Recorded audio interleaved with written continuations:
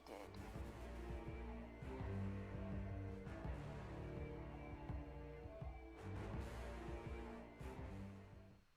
Yo, what's up, guys? It's Serial, What's up, guys? It's Reed. and this week we're gonna break down Chapter 11, Episode 3, The Heiress. Big spoiler warning: if you haven't seen it, you don't want to watch our breakdown. It was a half-hour episode, but it was jam-packed full of a lot of main plot points, and a big new character stepped into the show. So that's your spoiler warning if you haven't seen the episode yet. So we see the episode start off with the beat up Razor Crest limping its way to Trask. We see the child, the Frog Lady, and Din Djarin, the Mandalorian, in the cockpit. They're all awoken by the alarm, essentially telling them that they've arrived at the moon.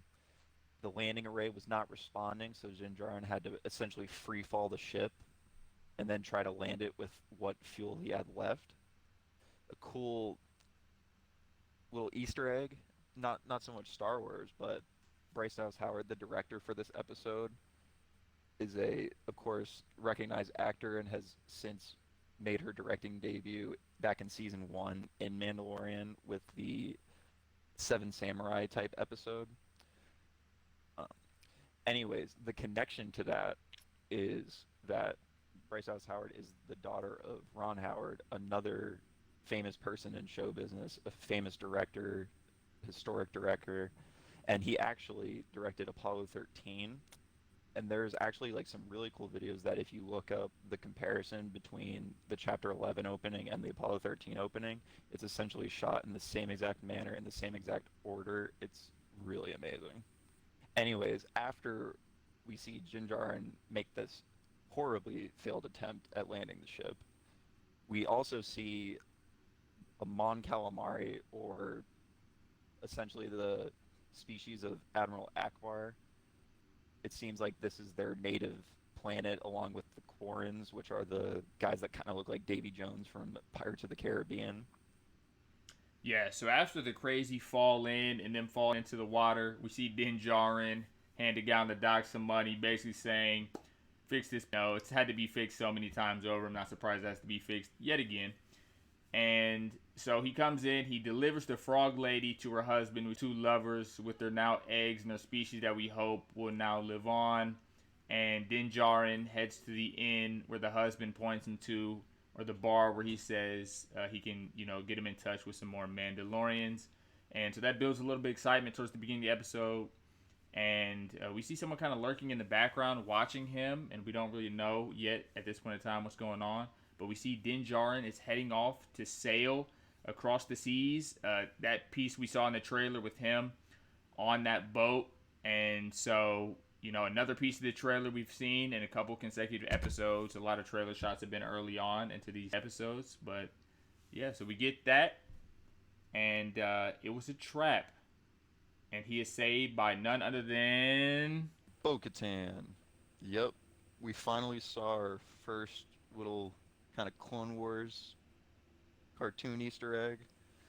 We see Bo-Katan arrive with Axe Woves and Koska Reeves, two other Mandalorians part of her guild, I want to say. We see Bo-Katan takes off her helmet without hesitation, which promptly gets Mando to be like, hey, what's going on? You're not Mandalorian then. We see Bo-Katan actually kind of gives us a little insight to what type of Mandalorian Mando actually is. We learned that there's a sort of separation between groups of Mandalorians. Bo-Katan says that Mando's a child of the Watch. I personally want this theory to be true, but I think that the Watch might be the Mandalorians that broke off with Darth Maul in Clone Wars, which might be an interesting dynamic for down the line. Anyways, initially Mando is not so accepting of Bo-Katan's reasoning for taking off the helmet, so he just goes away and flies off. Afterwards, we see Bo-Katan has to save Mando once again, which allows Mando to give her the respect to actually hear her out. They talk about their different experiences with Mandalorians, with the Empire, with different things. Mando starts asking about the Jedi, and then finally Bo-Katan says, "If you can help me, I can help you." Yeah, Reed, there's always a catch, and there's always you scratch my back, I'll scratch your back. She needed Mando on a covert op to take some weapons and supplies back from the Imperial freight that they had been monitoring. They've already stolen a couple of things, but she said, if you help me out, I'll help you out and point you in the direction of a Jedi. So she needed his assistance, strength in numbers, Mandalorian fighting together. So, this being a dangerous mission, obviously, Din Djarin has to drop Baby Yoda off, and what better place to drop him off in a pinch than the frog couple he just helped out? So he's getting a favor, cashing in his favor, quick back from them. So we see them kind of check out what's going on. He asks how many stormtroopers. They say, just a couple of crew members. So they take the element of surprise. He says they need that. They storm in, guns ablazing like true Mandalorians in fashion do. Once they do this, they quickly see that there are a little bit more numbers than they thought they were. And they also run into the problem of them locking themselves in the cockpit so they can't take over. But before that, I'm getting a little ahead of myself.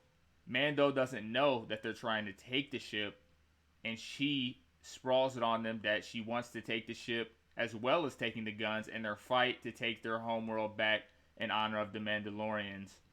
When she springs it onto him that she wants to take the ship, he doesn't take that too kindly. He doesn't appreciate that, but she kind of punches him in the face with his own line with the "this is the way." And he kind of just like snaps into line and helps the Mandalorian out since they've helped him and saved him a couple of times this episode, and they are Mandalorians. And in the end, he comes to realize that they do need to work together. So he helps them. He has his big hero moment. He takes 2 bombs. He rushes in. He explodes almost all of them, opening it up. But I believe Reed, was it a general who was who was in control of the ship, who? Yeah, it was like Moff's general, I believe. Yeah. So one of Moff Gideon's generals, he's like, "Yo, you're not taking me prisoner. I know what's gonna happen. I know what happens to snitches. I know what happens to rats." He goes out on his own terms. It's kind of like an electrified cyanide pill, and he ends his own life. And then they take control of the ship. And while they're in the cockpit, we notice that Bo-Katan seems to know who Moff Gideon is, which is a very interesting dynamic. It also makes it does make sense though, because the Dark Saber is the item of mention in this scenario, and it seems to be all that she wants to talk about. And also seeing Moff Gideon on the hologram was very exciting to see. Just checking in, making sure that we didn't forget him and that Yeah, that was he'll cool. be around. It's really interesting to see where Bo-Katan's gonna go. I'm after that first episode, I'm hoping that she's a recurring character, because that she's after our first episode, that's easily like one of my favorite first episodes for a character that we've seen so far. Also, we see that Bo-Katan finally lets Mando know where to find some Jedi. Except it's not just any Jedi, it's Ahsoka Tano, another Clone Wars Easter egg for us. Who is And not always referred to as a Jedi in other, shows and movies. Sometimes they refer Darth Maul, or he does not refer to it as like Jedi. He refers to it as like an in between, or kind of like a used to have been Jedi. And Rebels, at least, might not be 100% canon, but still kind of cool. true.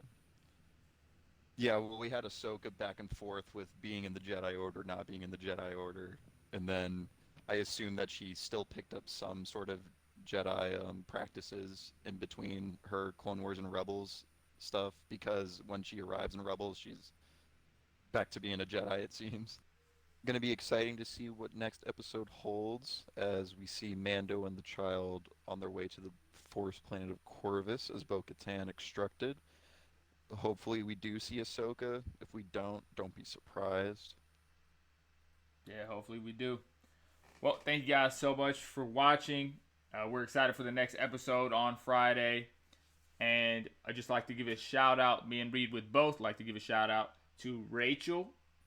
She won the shout out this week. Thank you, Rachel, for supporting our video series on the Mandalorian, the Mando Pod. And I hope you enjoyed this video as well. Thank you so much. And don't forget to like and comment on this video for your chance to win a shout out next week. Thank you guys so much.